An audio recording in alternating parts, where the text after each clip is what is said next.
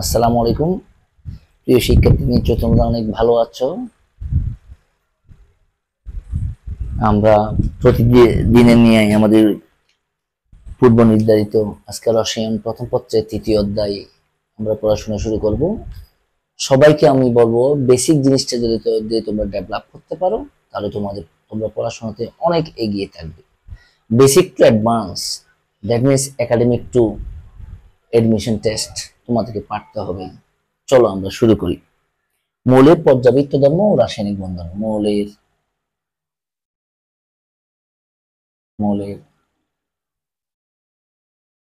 পর্যাবৃত্ত ধর্ম ও রাসায়নিক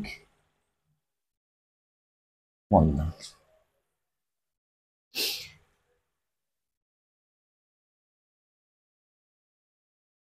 periodic properties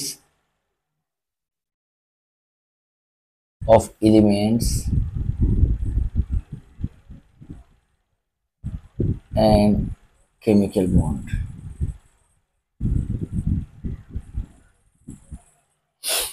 প্রিয় শিক্ষার্থী, আমরা সবাই জানি 100 পিরিয়ডিক টেবলে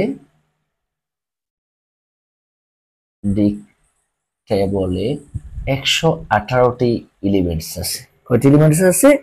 118টি এলিমেন্টস আছে। আমরা জানি এলিমেন্টস গুলোকে দুটো ভাগে বিভক্ত করা হয় সনাতন পদ্ধতিতে, এ গ্রুপ এবং বি গ্রুপ। প্রিয় শিক্ষার্থী, এ গ্রুপ কারা? আমরা সনাতন পদ্ধতিতে আমরা জানি যারা এস ব্লক মৌল, যাদেরকে আমরা এস ব্লক বলি এবং পি ব্লক বলি, এবং বি গ্রুপ কারা? যারা D block element and A block elements. প্রিয় শিক্ষার্থী, আমরা 118টা এলিমেন্টস কে আমরা এই চারটা ভাগে আমরা ক্লাসিফাই করতে পারি, এবং এই মৌলগুলোকে বলা হয় প্রতিনিধিত্বকারী মৌল। এস এবং পি ব্লক মৌল, এগুলোকে বলা হয় প্রতিনিধিত্বকারী মৌল।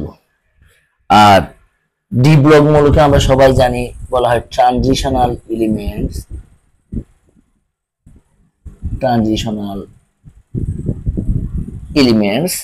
আর এ ব্লক মৌলকে বলা হয় ইন্টার ট্রানজিশনাল এলিমেন্টস। প্রিয় শিক্ষার্থী, আমরা জানি এস ব্লক মৌল, how much S block element contain? S block মৌল হচ্ছে 14টি, পি ব্লক মৌল হচ্ছে 36টি, ডি ব্লক মৌল হচ্ছে 41টি, এ ব্লক মৌল হচ্ছে 27টি। প্রিয় শিক্ষার্থী, আমরা সবগুলো যোগ করে আমরা একটু দেখতে চাই। এই জিনিসটা আমাদের জন্য খুব বেশি ইম্পর্টেন্ট। তাহলে আমরা পেলাম কয়টা এলিমেন্ট? 14টি, তারপর কতটি? 36টি, তারপর 41টি, তারপর কতটি? 27টি। আমরা একটু আসলে দেখতে চাই আমাদের এখানে সবগুলো এলিমেন্টস আসছে কিনা। আমরা দেখব total elements. Total elements equal to কত হয়? 14 প্লাস 36 প্লাস 41 প্লাস 27। কেমন? তাহলে কত হয়? এদের যোগ করলে হয় 50 প্লাস 41 প্লাস 27। 50-এর সাথে 41 যোগ করলে হয় কয়টা হয়? প্রিয় শিক্ষার্থী, আমরা কত দেখতে পাই? আমরা দেখতে পাই 91 প্লাস 27। আমরা দেখতে পাই এখানে কয়টা পাই? 8 দিয়ে 11। টোটাল কতটা? 118টা এলিমেন্টস। তাহলে প্রিয় শিক্ষার্থী, আমরা 118টা এলিমেন্টসকে আমরা টোটাল এলিমেন্টস হিসেবে ইন্ডিকেট করতে পারি।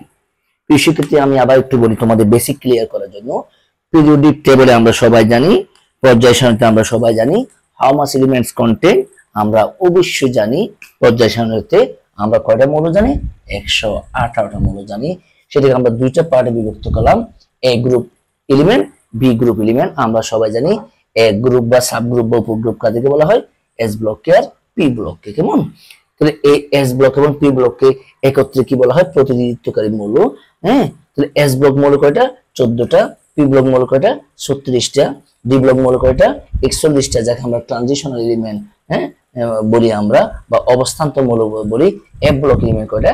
27টা, তাকে আমরা ইন্টার ট্রানজিশনাল এলিমেন্ট বলি, অন্ত অবস্থান্তর মৌল বলি। তাহলে আমরা টোটালি যোগ করলে আমরা কয়টা এলিমেন্ট পাচ্ছি?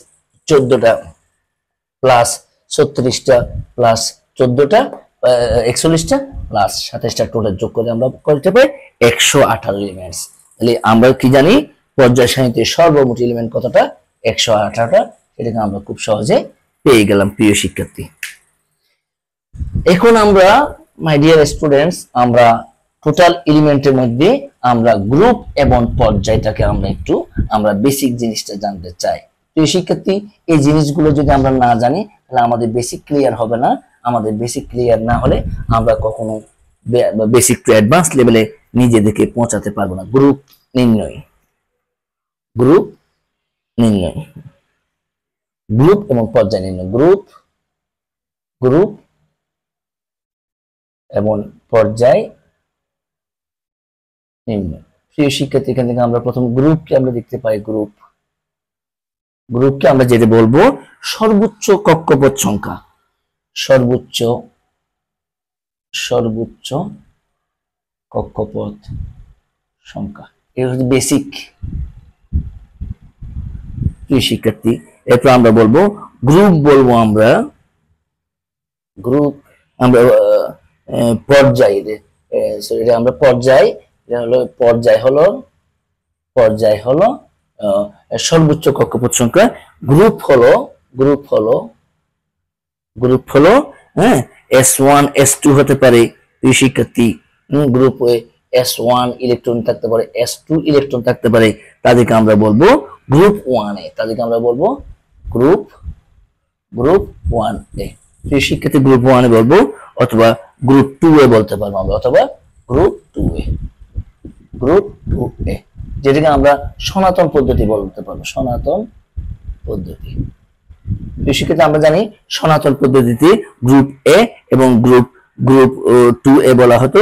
আমরা সেটাকে আধুনিক পদ্ধতিতে আমরা কিভাবে কি করতে পারি? আধুনিক পদ্ধতিতে আমরা শিক্ষার্থী আমরা বলতে পারি এস ব্লক। এস ব্লক কারা কারা? 1A এবং 2A। কেমন? এবং পি ব্লক মৌল কারা? তাহলে সনাতন পদ্ধতি, সেটাকে আমরা আধুনিক ভাবে কিভাবে দেখাতে পারি? আমরা হবে এস এবং পি। আমরা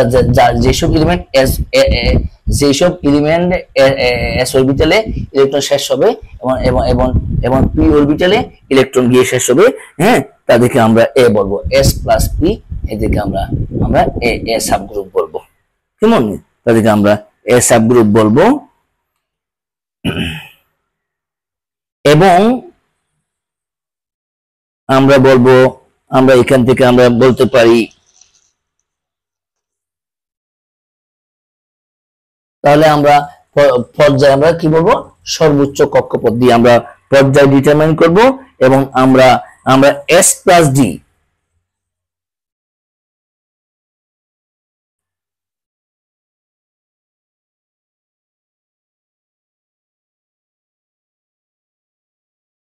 আমরা আমরা আমরা নবম দশম শ্রেণীতে প্রিয় শিক্ষার্থী আমরা পর্যায় এবং গ্রুপটা শিখেছি।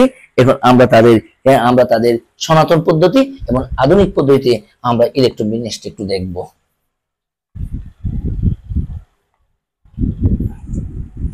Electronic configuration,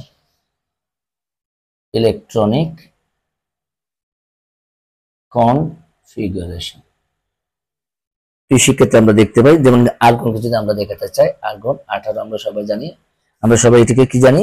1s2 2s2 2p6 3s2 3p6। প্রিয় শিক্ষার্থীকে আমরা জানি। তাহলে এটার আমরা গ্রুপ এবং পর্যায় নির্ণয় করব। আমরা সনাতন পদ্ধতিতে আমরা কিভাবে জানবো? সনাতন পদ্ধতি আমরা কি জানবো? আমরা আগে কি জানতাম? s plus P A. তাহলে এখান থেকে আমরা আমরা এস অরবিটালে প্রিয় শিক্ষার্থী আমরা ইলেকট্রন কয়টা দেখতে পাই, এস এ আমরা দুইটা দেখতে পাই, পি তে আমরা 6টা দেখতে পাই।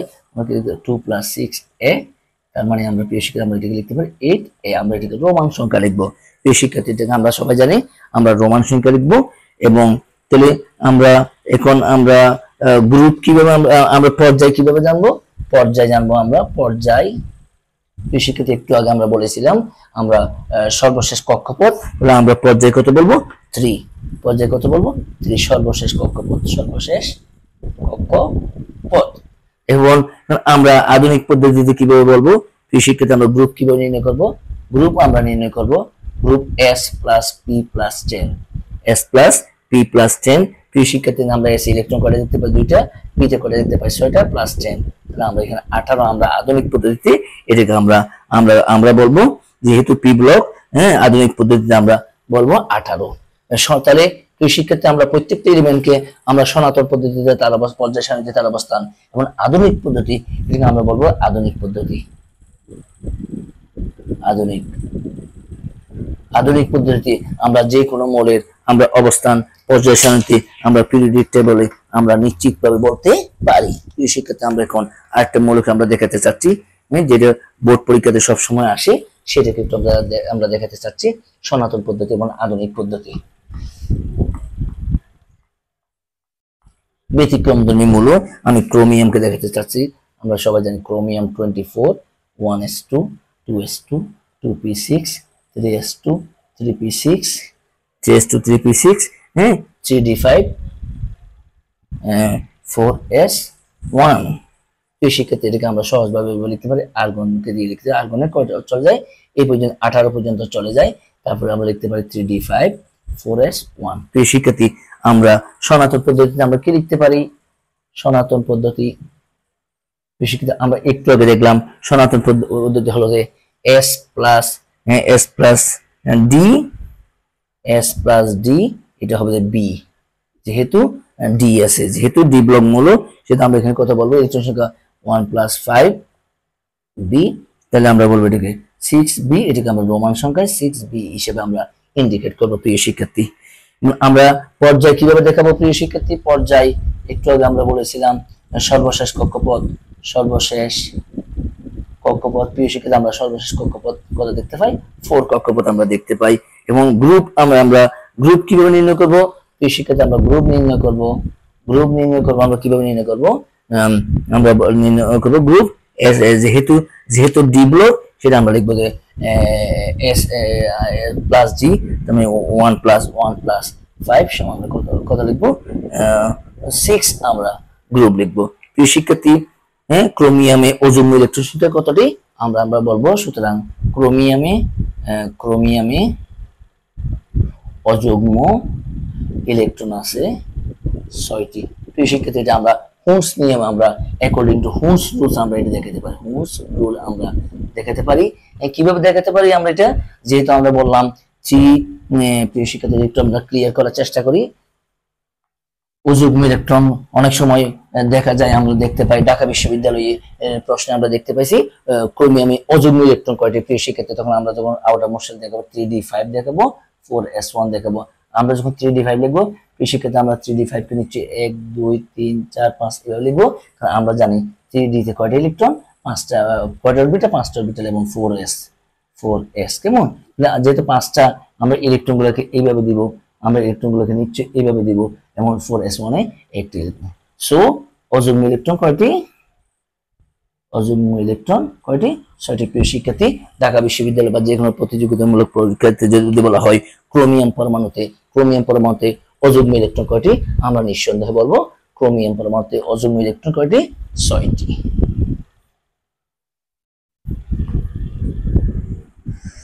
এরপর আমরা কপারকে একটু দেখতে চাচ্ছি। প্রিয় শিক্ষার্থী কপার 29, এটাকে আমরা লিখবো প্রথমে আর্গন। প্রিয় শিক্ষার্থী 18টা লিখলাম, এরপর 3d 10, 4s1। আমরা সনাতন পদ্ধতিতে আমরা কি দেখাবো, সনাতন পদ্ধতিতে একটু মিনিট দেখাবো আমরা সনাতন পদ্ধতি। তারপর আমরা সনাতন পদ্ধতি কিভাবে দেখাবো, প্রিয় শিক্ষার্থী s + d, এটা বি ব্লক এলিমেন্ট এই কারণে, তাহলে 1 + 10 b তাহলে আমরা এটাকে কত বলবো? 11, আমরা এটা বলবো 11 বি গ্রুপের 11 বি। এরপর এটাকে আমরা পর্যায় দেখাবো, আমরা প্রথম গ্রুপ দেখাবো প্রিয় শিক্ষার্থী। আমরা আমরা আমরা পর্যায় কত দেখাবো? আমরা পর্যায় দেখাবো,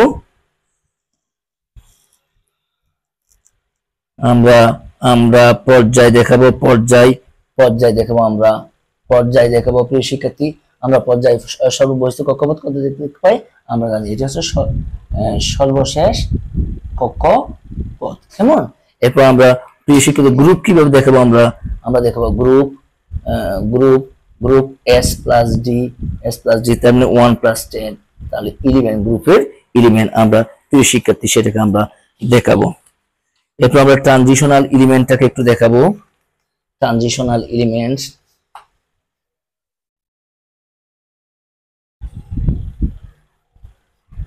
শিক্ষার্থী আমরা ট্রানজিশনাল অবস্থান্তর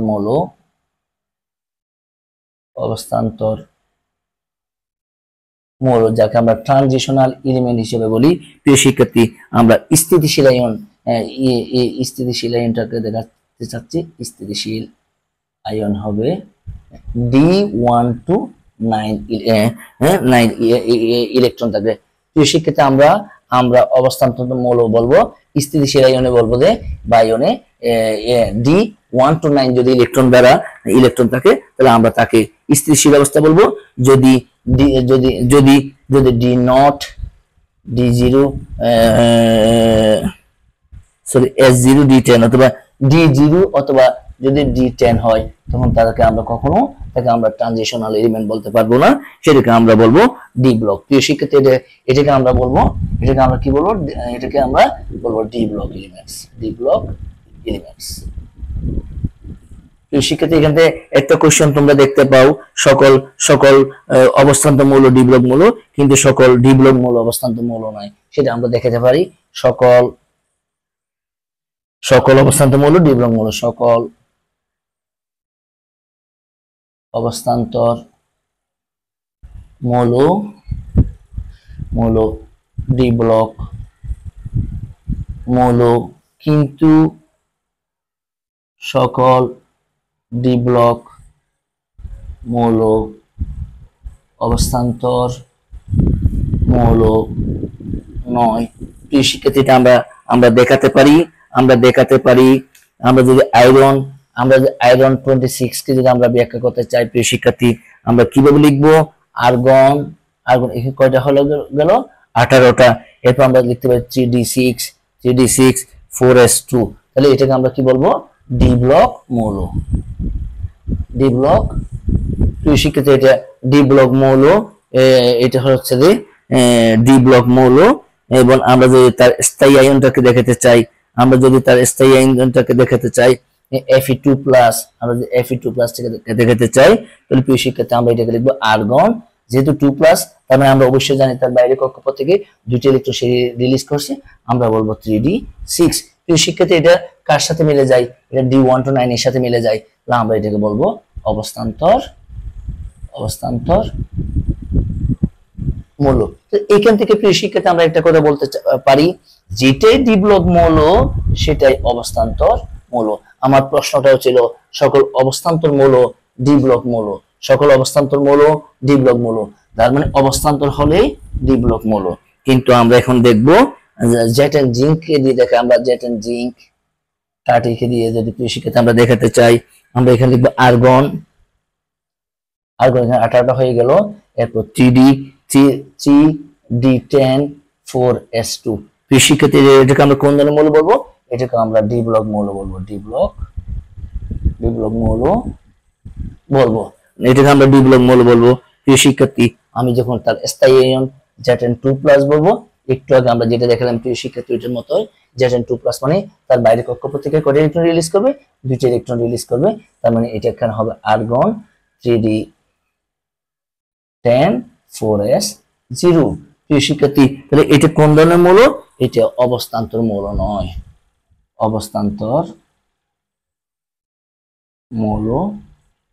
নয়, প্রিয় শিক্ষার্থী এখান থেকে আমরা সিদ্ধান্ত নিতে পারি অবস্থান্তর মৌল অবশ্যই ডি ব্লক মৌল, কিন্তু যেটা অবস্থান্তর মৌল নয় সেটা ডি ব্লক মৌল। এখান থেকে আমরা এই কথাটা আসতে পারি সকল অবস্থান্তর মৌলই ডি ব্লক মৌল, কিন্তু সকল ডি ব্লক মৌল অবস্থান্তর মৌল নয়। এখান থেকে প্রিয় শিক্ষার্থী আমরা এটাকে ব্যাখ্যা করতে পারি।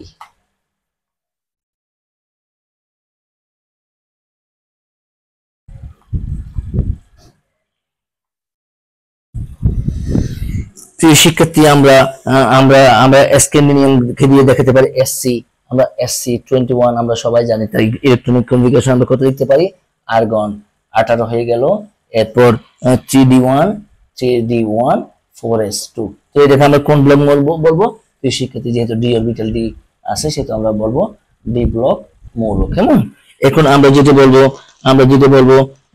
যদি স্ক্যান্ডিনিয়ামে স্থায়ী আয়ন Sc3+, মানে প্রিয় শিক্ষার্থী আমরা বলতে পারি 3+ মানে বাইরে কক্ষপথ থেকে কয়টি ইলেকট্রন চলে যাবে, 3টি ইলেকট্রন চলে যাবে। 3টি ইলেকট্রন যদি চলে যায় এটা কত হয়ে যাবে, 0 হয়ে যাবে। এটা কত হয়ে যাবে, 0 হয়ে যাবে। তখন আমরা কি লিখবো, আর্গন Ar 3D0 4s0। যেহেতু 3D0 সেহেতু এটাকে আমরা বলবো যে অবস্থান্তর মৌল নয়, অবস্থান্তর মৌল নয়। প্রিয় শিক্ষার্থী এখান থেকে আমরা বলবো সকল অবস্থান্তর মৌল ডি ব্লক মৌল, কিন্তু সকল ডি ব্লক মৌল অবস্থান্তর মৌল নয়। প্রিয় শিক্ষার্থী এখান থেকে আমরা যে কোনো এক্সাম্পল শো করে সেই প্রশ্নটা আমরা উত্তর করতে পারি। প্রিয় শিক্ষার্থী এখন আমরা দেখতে চাই অবস্থান্তর মৌলের বৈশিষ্ট্য সমূহ। অবস্থান্তর মৌলের বৈশিষ্ট্য, ট্রানজিশনাল এলিমেন্ট, ট্রানজিশনাল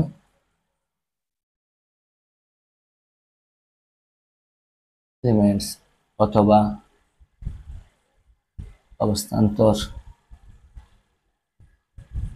মৌলের বৈশিষ্ট্য। নাম্বার 1, প্রিয় শিক্ষার্থী আমরা বলতে পারি অবস্থান্তর মৌলসমূহ পরিবর্তনশীল যোজনী প্রদর্শন করে। পরিবর্তনশীল যোজনী প্রদর্শন করে। প্রিয় শিক্ষার্থী আমরা বলতে পারি Fe, যেমন Fe2 এবং 3 যোজনী প্রদর্শন করে, এই কথাটা আমরা বলতে পারি। নাম্বার 2 বলতে পারি প্রিয় শিক্ষার্থী, নাম্বার 2 বলতে পারি আমরা প্রভাবক হিসেবে কাজ করে, প্রভাবক হিসেবে কাজ করে। প্রিয় শিক্ষার্থী আমরা একটা এক্সাম্পল দিয়ে দেখাতে চাই। নাইট্রোজেন 3 হাইড্রোজেনের সাথে বিক্রিয়া করে আয়রন চূর্ণের প্রভাবে অ্যামোনিয়া উৎপন্ন করে 400 থেকে 450 থেকে 550 ডিগ্রি সেলসিয়াস তাপমাত্রায় অ্যামোনিয়া উৎপন্ন করে। নাম্বার 3, প্রিয় শিক্ষার্থী আমরা বলতে পারি রঙিন যৌগ সৃষ্টি করে, রঙিন যৌগ সৃষ্টি করে। প্রিয় শিক্ষার্থী এরপর আমরা বলতে পারি জটিল যৌগ গঠন করে, জটিল যৌগ গঠন করে। এরপর প্রিয় শিক্ষার্থী আমরা বলতে পারি চৌম্বকত্ব ধর্ম প্রদর্শন করে, চৌম্বকত্ব ধর্ম প্রদর্শন করে। প্রিয় শিক্ষার্থী আমরা এখন চৌম্বকত্ব ধর্ম আমরা দেখতে পাই। চৌম্বকত্ব ধর্ম কয় প্রকার? চৌম্বকত্ব ধর্ম আমরা দেখতে পাই চৌম্বকত্ব ধর্ম 3 প্রকার। চৌম্বকত্ব ধর্ম,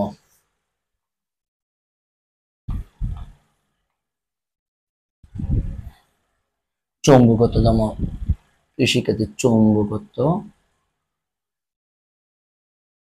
প্রিয় শিক্ষার্থী আমরা প্রথম দেখতে পাই, আমরা বলতে পারি ফেরো চৌম্বক, ফেরো চৌম্বক। প্রিয় শিক্ষার্থীরা কারা কারা? FeCuNi সবগুলো ধাতু। কেমন? এটা আমরা মনে রাখার সুবিধাতে আমরা টেকনিক্যাল কি বলতে পারি, ফকিন্নি, এই শব্দ দিয়ে প্রিয় শিক্ষার্থী আমরা এটা মনে রাখতে পারি। ফকিন্নি ফ দিয়ে ফেরাম বা ফেরাস, কি দিয়ে কোবার, নি দিয়ে এনআই নিকেল ধাতুকে আমরা ব্যাখ্যা করতে পারি প্রিয় শিক্ষার্থী। এরপর আমরা বলবো প্যারাচুম্বক,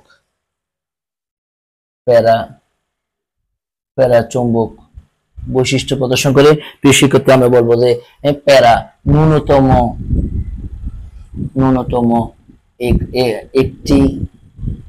একটি বিজোড় ইলেকট্রন থাকে, একটি বিজোড় ইলেকট্রন থাকে, তখন তাকে আমরা প্যারাচুম্বকত্ব বলি। এরপর ডায়াচুম্বক,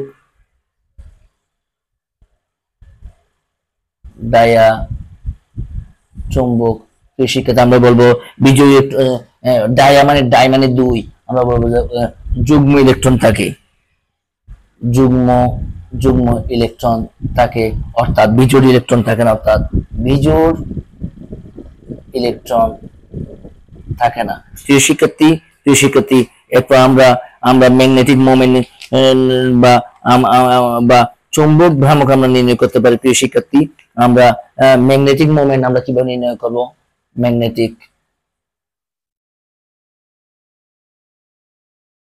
মোমেন্ট আমরা নির্ণয় করবো, বা চৌম্বক ভ্রামক আমরা চৌম্বক ভ্রামক নির্ণয় করতে পারি। চৌম্বক ভ্রামক এই সূত্রের মাধ্যমে আমরা নির্ণয় করতে পারি mu equal to n into n plus 2 square root over. এই সূত্রের মাধ্যমে আমরা যে কোনো পদার্থে ম্যাগনেটিক মোমেন্ট কত হবে সেটা আমরা ডিটারমাইন করতে পারি।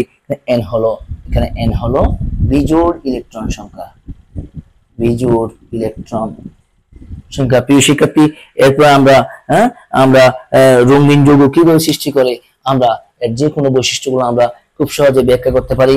প্রিয় শিক্ষার্থী, তোমাদেরকে আমরা বলতে চাই, আমরা শুধু ক্লাসের পড়াশোনা পারলে হবে না, শুধু মেইন বইয়ের পড়াশোনা পারলে হবে না, আমাদেরকে বেসিক টু অ্যাডভান্স লেভেলে পড়াশোনা করার জন্য সবাইকে পরিকল্পিতভাবে ক্লাসের প্রথম থেকে যদি আমরা ঢাকা বিশ্ববিদ্যালয়ের প্রশ্ন কিভাবে হয়, বুয়েটের প্রশ্ন কিভাবে হয়, চুয়েটের প্রশ্ন কিভাবে হয়, বাংলাদেশের প্রতিযোগিতামূলক বিশ্ববিদ্যালয়গুলোতে পরীক্ষাগুলোতে কিভাবে প্রশ্ন হয়, প্রিয় শিক্ষার্থী, আমরা এখন থেকে যদি আমরা বেসিক টু অ্যাডভান্স লেভেলে পড়াশোনা আমরা করি, নিঃসন্দেহে আমরা অন্য যে কোনো শিক্ষার্থীর তুলনায় আমরা এগিয়ে থাকতে পারবো, নিজের বেসিক ডেভেলপ করতে পারবো। এই জন্য বলবো বেশি বেশি পড়াশোনা করব, বেশি বেশি প্র্যাকটিস করব, এবং যেগুলো আমরা ক্লাস করব সেগুলো আমরা নোট খাতাতে আমরা উঠিয়ে রাখবো, এবং পরীক্ষার সময় আমরা যখন রিভিশন করব আমরা একটু স্কিম থ্রু করে রাখবো, আমরা চোখ বুলিয়ে রাখবো। পরীক্ষার দিন আমরা যদি আরেকটু পরীক্ষার আগে যদি আমরা একটু রিভিশন করি, আমরা বারবার যদি একটু রিভিশনের মাধ্যমে জিনিসগুলো আমরা আমরা আমরা স্কিম থ্রু করে রাখি, আমরা রিভিশন করে রাখি, নিঃসন্দেহে আমরা যে কোনো প্রতিযোগিতামূলক পরীক্ষায় আমরা উজ্জ্বল এবং সফলতা স্বাক্ষর রাখতে পারবো। এই প্রত্যাশা ব্যক্ত করে আমার মাই ডিয়ার স্টুডেন্টসদেরকে আমি বেশি বেশি পড়াশোনা করার উদাত্ত আহ্বান জানিয়ে আমি আমার রেকর্ডিং ক্লাস এখানে শেষ করছি। আসসালামু আলাইকুম।